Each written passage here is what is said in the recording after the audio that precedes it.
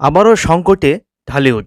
ঈদে মুক্তির পর তুফান সিনেমা বেশ রমরমা ব্যবসা করছিল এবং বেশ দর্শকও পাচ্ছিল হলে, কিন্তু এখন আর হলে দর্শক নেই। কোটা সংস্কার আন্দোলন নিয়ে চলমান অস্থিরতায় বেকায়দায় পড়েছে দেশের সিনেমা হলগুলো।